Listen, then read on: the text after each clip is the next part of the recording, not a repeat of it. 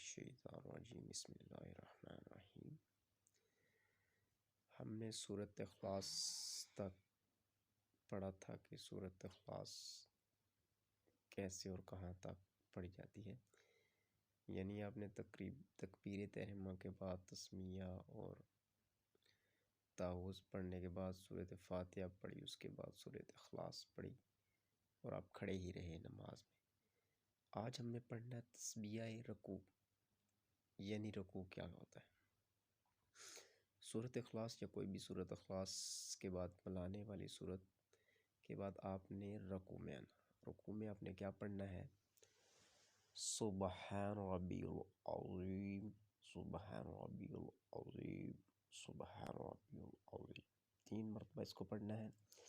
اس کے بعد آپ نے کیا کہنا؟ سمیع اللہ لمن حمدہ، سیدھا کھڑے ہوں گے، سمیع اللہ لمن حمدہ، یہ کہہ کر 1 مرتبہ پھر ہم نے نیچے آنا ہے۔ ربنا ولک الحمد کہنے کے بعد پھر ہم نے سجدہ کرنا ہے۔ تسبیح سجدہ، جو سجدے میں پڑھنے جانے والی تسبیح، اس کو کیا کہتے ہیں؟ تسبیح سجدہ۔ اس میں 3 مرتبہ آپ نے پڑھنا ہے، سبحان ربی الاعلی، سبحان ربی الاعلی، سبحان ربی الاعلی۔ اس کے بعد آپ نے تشہد پڑھنا، التحیات للہ والصلوات والطیبات، السلام علیک ایھا النبی ورحمۃ اللہ وبرکاتہ، السلام علینا وعلی عباد اللہ الصالحین، اشہد ان لا الہ الا اللہ واشہد ان محمدا عبدہ ورسولہ۔ یہاں تک پڑھنے کے بعد آپ نے پھر کیا پڑھنا ہے؟ درود ابراہیمی، اللہم صلی علی محمد، اللہم صلی علی محمد کما صلیت علی ابراہیم وعلی آل ابراہیم انک حمید مجید، اللہم بارک علی محمد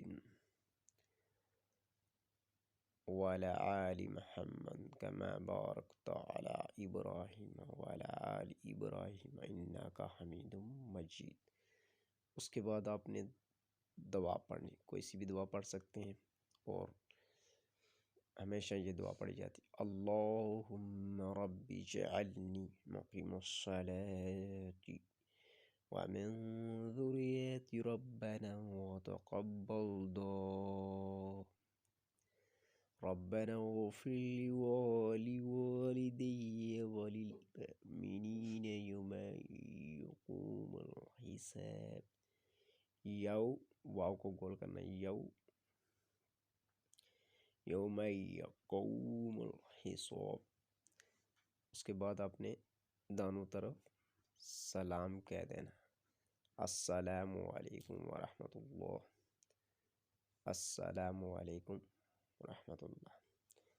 پہلے دائیں پھر بائیں طرف آپ نے سلام پھیرنا ہے۔